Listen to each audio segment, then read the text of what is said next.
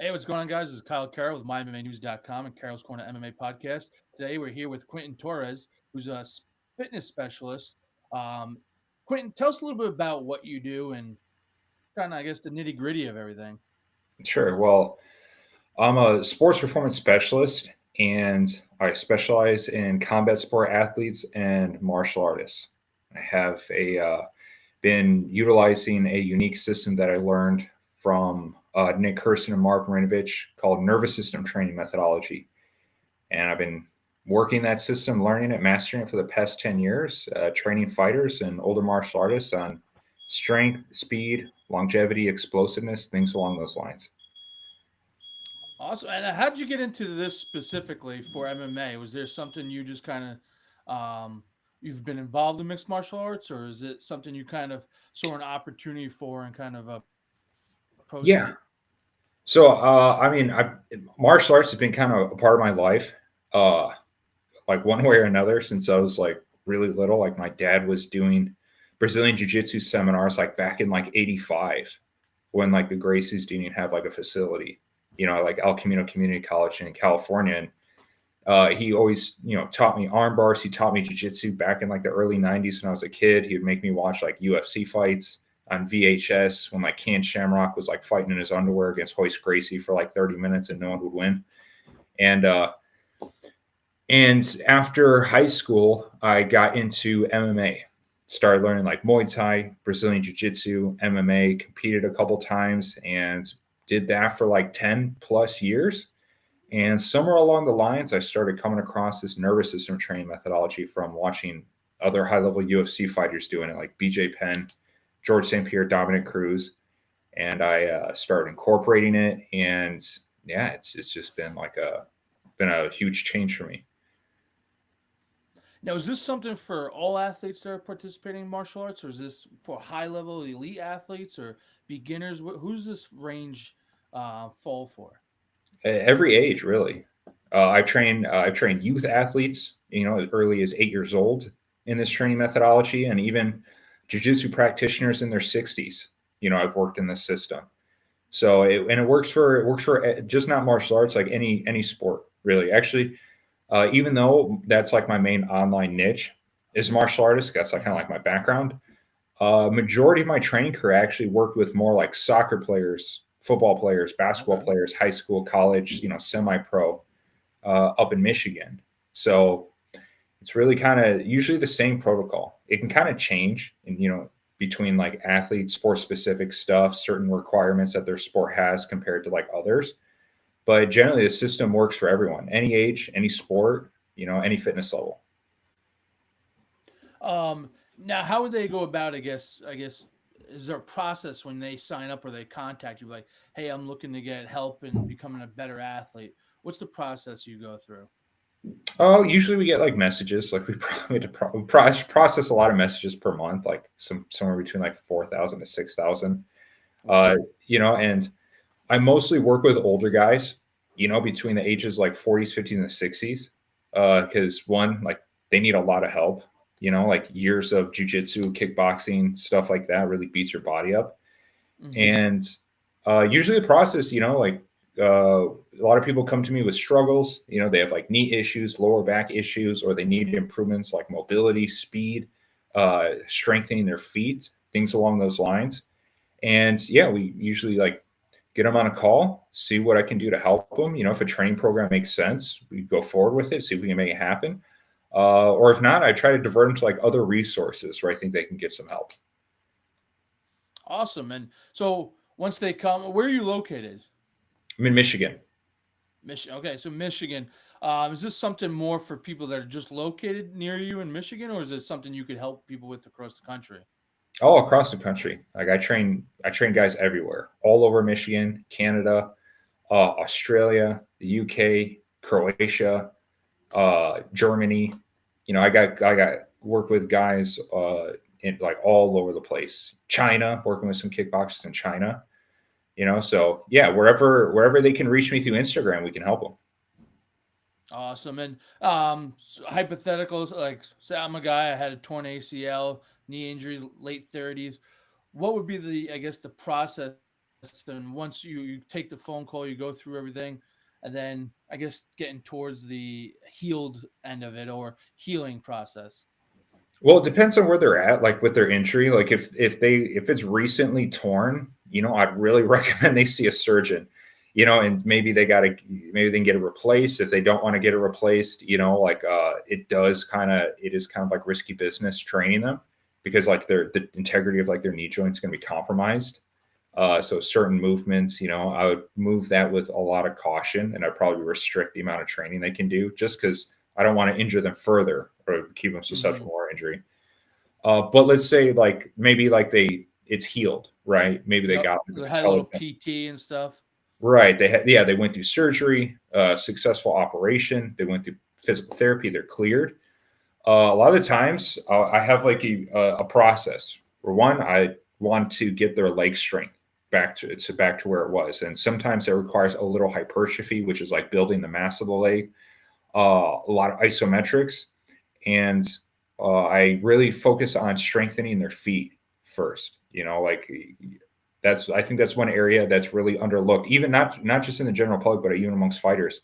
Where they do all Hmm. these different strength training modalities, like with their legs, their quads, their hips, their back, but they hardly ever focus on strengthening your feet, and that should be your number one priority because that's the starting point of all your movements.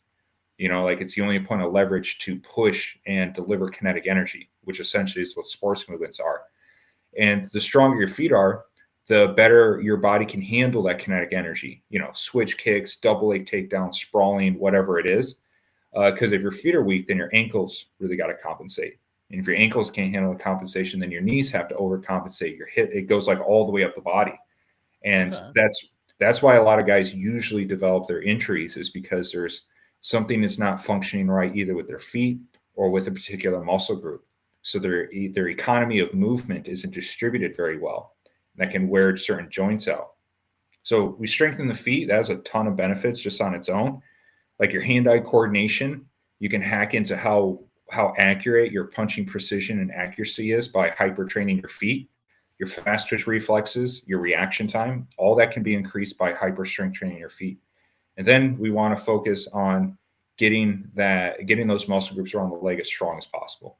Like calves, hamstrings, quadriceps, glutes, and start preparing them for more explosive training like plyometrics. And we'll probably utilize a lot of different methodologies. Like one of the main staple movements that you've probably seen a lot on my Instagram is they're doing a lot of crazy movements with like a stability ball, like one of those like Hmm. Swiss balls. And it's called our ball work training methodology. And that's really good for developing neuromuscular control, muscle elasticity, the flexibility restoration, the mobility restoration, and also getting their muscles and tendons and ligaments to be able to move well and maintain strength at velocity. That's where I think I kind of separate from most trainers is they do a lot of like passive mobility work, passive stretching work, strength training and very like one-dimensional like movement patterns. But like in jiu-jitsu, boxing, kickboxing, things along those lines, they need a lot of dynamic mobility. They need a lot of dynamic flexibility and a lot of force under that mobility, with Hmm. like guard retention, things like that, rotating your hips for punches. So getting that restored, it's called neuromuscular control, getting that neuromuscular control restored into their body, that's going to be huge. That's going to be like the first phase. And then I integrate like pool training, things along those lines to kind of help with that. And then I'll probably work into like isometric strength training, something to develop more uh, muscle fibers, get the muscle fibers a lot denser, get more muscle fibers recruited so they have those muscle fibers working with them to develop strength and force in combat sports. Then I can move them into plyometrics to get the explosiveness, the athleticism back. So it's a very particular system of how I'd want to do things to make sure they get to their goal safely and as fast as possible. Does that make sense? Yeah, absolutely. That's awesome. And I assume like you have a background in exercise science and kinesiology. I'm sure you have a couple degrees. Um, where did Actually, you go to no. school? No? No. Mm. Sorry about that. My throat's been bothering me. All good. Actually, I mean, I have I have like a certification from National Academy of Sports Medicine when I was a personal trainer. Uh, Okay. Nothing special. It's just like a good insurance policy, so I don't get so if someone gets hurt during training, they can't sue the gym. And I got a certification through Nick Kerson at Speed of Sport. He kind of taught me the nervous system training methodology, and he's worked with a lot of high level combat sport athletes like Provodnikov, Rafael dos Anjos, Miguel Cotto, guys along those lines. And I'm kind of self taught. I've been really just teaching myself this system through like years and years of consistent work, Mm-hmm. reading, understanding like Soviet Union training methodology. It's just I've been kind of obsessed with this for like the past 10 plus years. And yeah, just been working on it, trying to master the system, trying to help as many athletes as I can. Awesome. And do you have like an office that if people are local, they could come and show up? Like social media for those who don't know or watching. Where are you on social media and how can they find you? Yeah, so I really just have a social media presence. I used to have a facility, but since my online training business was doing a lot better than my brick and mortar business, I just shut it down and just focused like 100% online. Okay. Yeah, so I don't have a facility anymore. Like I reconverted my garage into my new facility that I use for like filming and training and stuff like that. But yeah, really, Instagram is like my number one platform. I want to start entering like the YouTube space, but it Hmm. seems like a shit ton of work. So I'm a Right. little hesitant and don't know exactly where to start. And the amount of hours I got to put in to build that platform. But yeah, for right now, I'd say Instagram is the number one area to reach me. Okay. Um, and then I guess what is it about you and what you do that attracts your clients to you and them to you to kind of help them progress and get better and healthier? I think a lot of it is common sense, to be totally honest, because that's a phrase I hear over and over again. Like, oh my God, this makes so much Hmm. sense. When they see like the foot strengthening exercises, when they see the balance work, when they see like the ball work training methodology, the plyometrics, and they see the athletes that have undergone this system, and it's totally revolutionized their careers. A lot of people just say like, hey, this makes a lot of sense. This makes a lot more sense than the traditional fitness and weightlifting system that most trainers kind of subscribe to these days.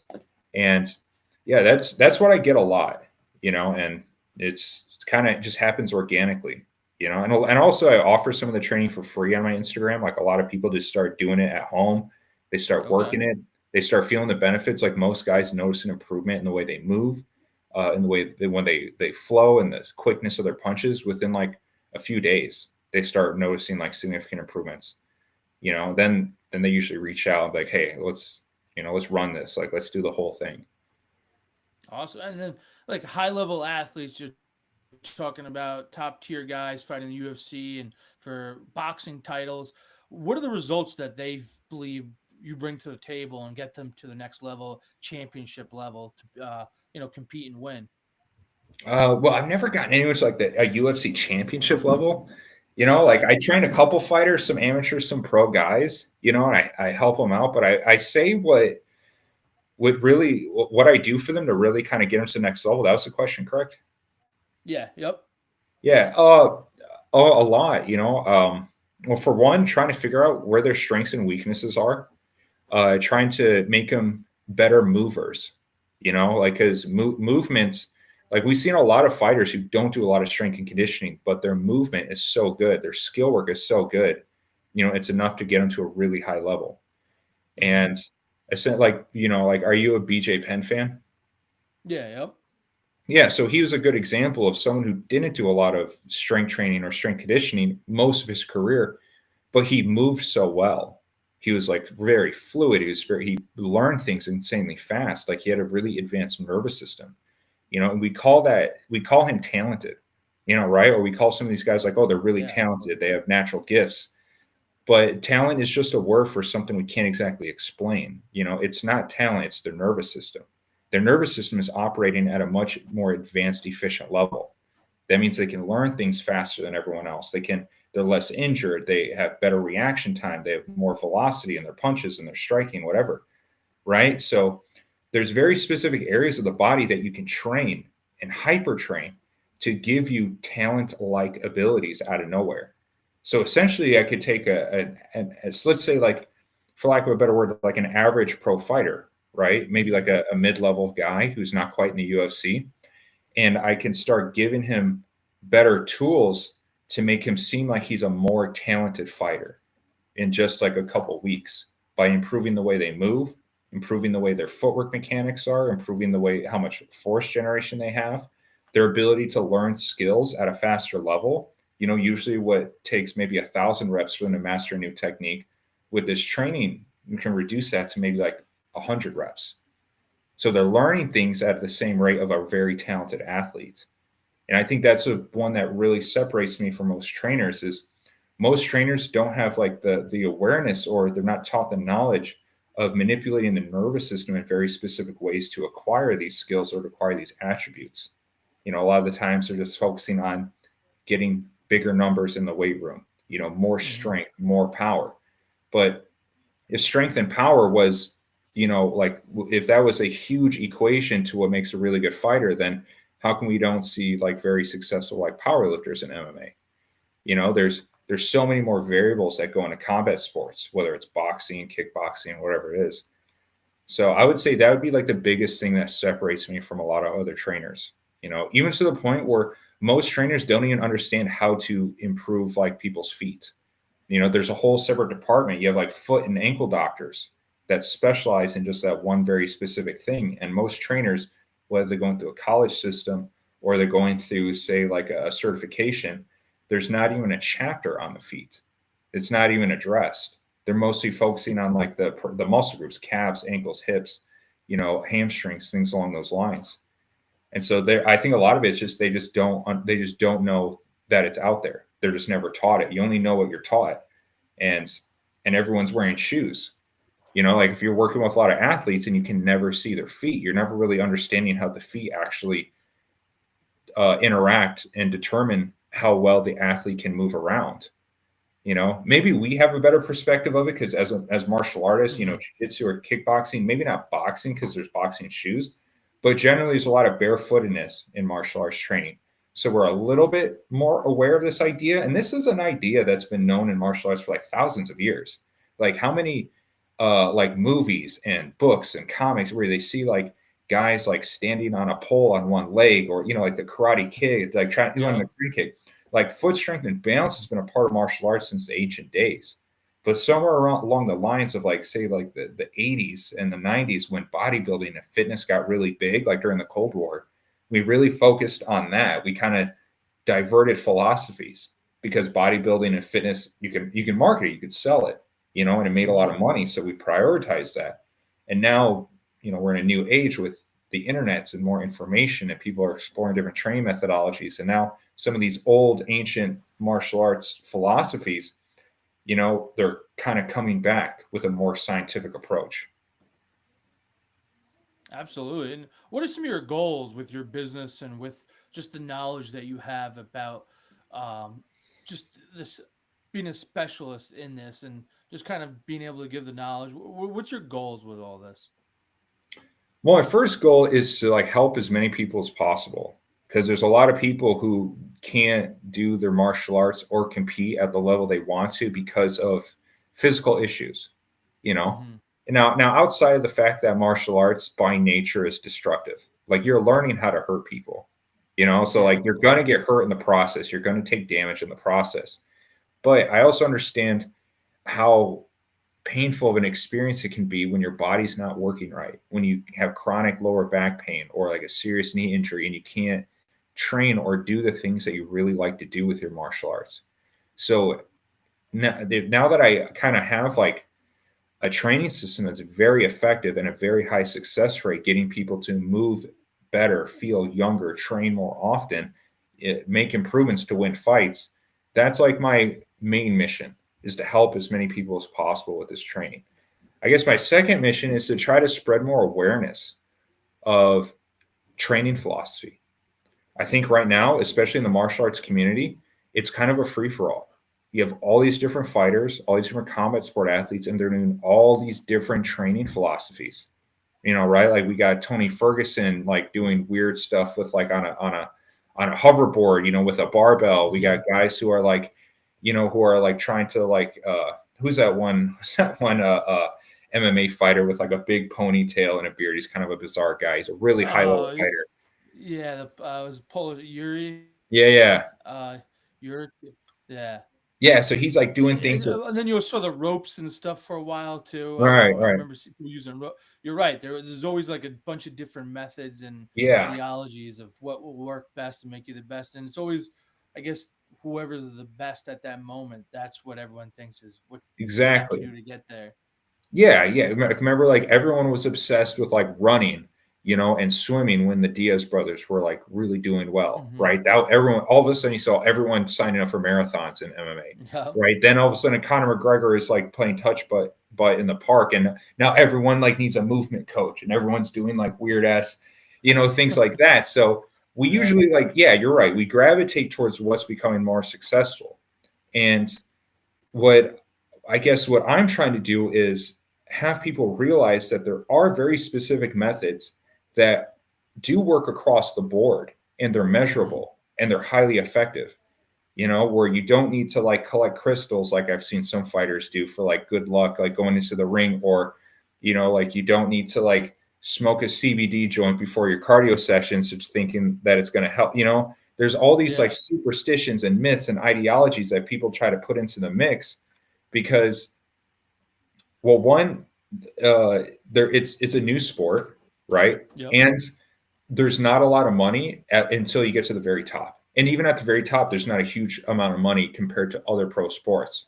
Like I think a football player in the NFL who's maybe on the practice squad that never even sees the field, on Monday Night Football, he's making more than a mid-level UFC fighter.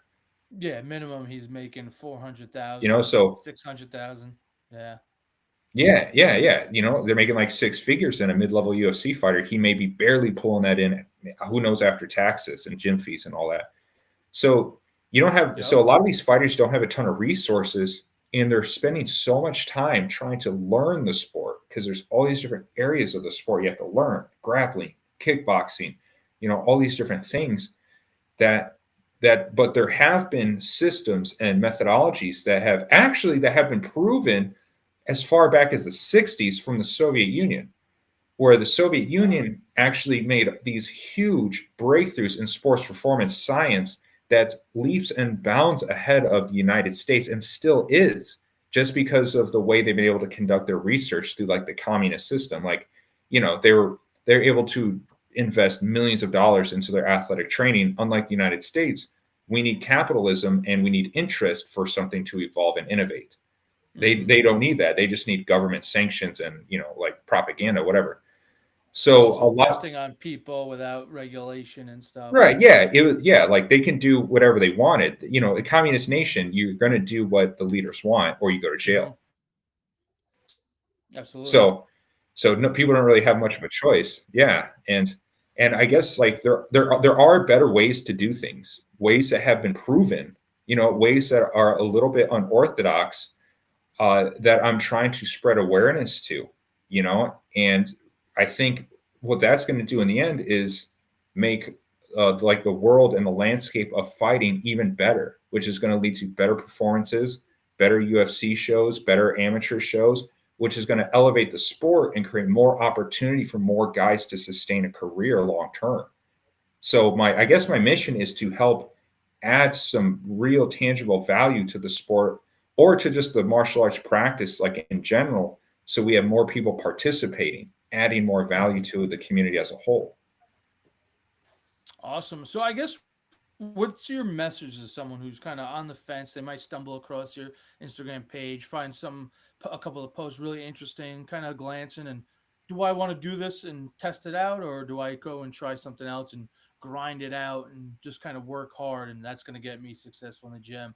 Well, what's your message to someone who's not sure or new to this? Well, I would say follow. Success leaves a breadcrumb of trails you can follow. If you look at some of the most successful guys, like Fedor Emelianenko, was a huge subscriber to Soviet methodology, which is a lot of what our training is based on. And obviously he's a very Hmm. successful MMA fighter. But you also have other Absolutely. guys who directly use the nervous system training methodology, like BJ Penn. He did it when he was preparing to fight Kenny Florian Diego Sanchez, and he obviously had phenomenal performances that he still never matched after he stopped the training. If you look at George St. Pierre, after he tore his ACL back in 2011, getting ready for Oh, Nick yeah. Diaz, he underwent the nervous system training methodology to try to recover and get him back into the cage and had a huge comeback. Arguably, he performed better after the injury than before. Then you have other guys like Dominic Cruz, who sustained an insane amount of knee injuries, like maybe like 3 on each knee or something crazy like that. Yeah. Yep. And he was really desperate for help. He was friends with George, who did the nervous system training protocol, and he sought the help from Sports Science Lab, who do the same method that I do. Fully rehabbed him, redeveloped his body. He never had another knee injury after that, and he had great performances, arguably extending his career by an additional maybe 8 years. Just recently retired. I think he retired just last week. I Hmm. don't think that would have been possible without the nervous system training being incorporated into his career. And another prime example, you look at Rafael dos Anjos. He worked with my mentor, Nick Curson. And I don't know how big of an MMA fan you are, but Rafael dos Anjos, with all due respect, he was, for a really long time, he was kind of like a mid-tier, lightweight fighter. He was like good, Yeah. not Absolutely. great. Yeah, he was always decent. Like I would say like gatekeeper level. Like you could be Yeah, I Rafael. was just about to say, yeah, everyone kind of saw him as the gatekeeper, and Right. then all of a sudden he propelled to the top. Exactly. How do you think he propelled? He started doing Interesting. this. He started doing this nervous system training methodology. He went from an average fighter to arguably legendary status in like 2 years, maybe a year and a Hmm. half. Right out of nowhere, he started wrecking guys. And I even remember, I'll never forget it. Like I remember I saw Rafael dos Anjos like just totally wipe the floor with Anthony Pettis, like just kicked his Yeah. ass. And I Yep. was convinced. I remember me and my buddy were sitting in my car at Buffalo Wild Wings, like, dude, this Brazilian is on fucking steroids. Like this Brazilian is juicing. There's no way you get that good. Like, how is he getting good so fast out of nowhere? And ignorantly did I know he was actually doing this training system. So this training system can take a guy who's like, if the guy has a really good work ethic, he gives you some trust, and he dedicates himself, you can take a guy from maybe like just like Rafael, maybe average, above average, you can turn him into world class title contender, even title holder in a short period of time. And after I saw that as a leading example, that's when I started doing the training. And then I started noticing improvements in my boxing like the next day. I mean, improvements in my Hmm. footwork and the way I move, like the accuracy of my striking, the strength of my wrestling. All that was increasing in days, which usually would take me weeks with other training systems. So I would say look at the success stories. There's a ton of legendary success stories that were a direct result of this training methodology. The second thing I would say is just try it. There's all sorts of content on my Instagram of free training methodologies. They can message me the word ball work, and they get automatically sent a free video of some of the training program. I would say just try it. Do it consistently for 5 days, and let the training prove itself. Awesome. Well, Quentin, I appreciate you hopping on. Those who watching or just joined, it's Quintin Torres. Quentin, once again, what's your Instagram and how can people find you? So my Instagram is quintin.torres36. Just search me on Instagram if you need any help or you're struggling with anything as far as training, longevity, whatever it is. Feel free to shoot me a message. I'm always in the DMs answering people's questions, setting them up with calls, just trying to do whatever I can to help them. And yeah, just reach out. Awesome, Quentin. I appreciate coming on. Definitely want to follow up and talk some more about this. But for now, we're going to wrap this up and we'll definitely schedule something for the future. I'm definitely interested in diving a little deeper and getting into this. It's very interesting. Yeah, yeah, 100%. If you want some resources to look at, just let me know. There's a lot of information, not a ton of information, but there's a lot of information on some of the things I'm talking about. You can get a visual, you can kind of get an idea. And I don't know if you ever want to try the training, just let me know. I could send you some stuff. Absolutely. Thank you for your time and appreciate you hopping on. Absolutely, Kyle. It was a lot of fun. Absolutely. Thank you. This is Carl's Corner MMA podcast. I'm with Quentin Torres. All right. Awesome. Thanks, man. I appreciate hopping on. That was awesome. Thanks. Yeah, it was pretty good. Yeah, it was awesome. I definitely interested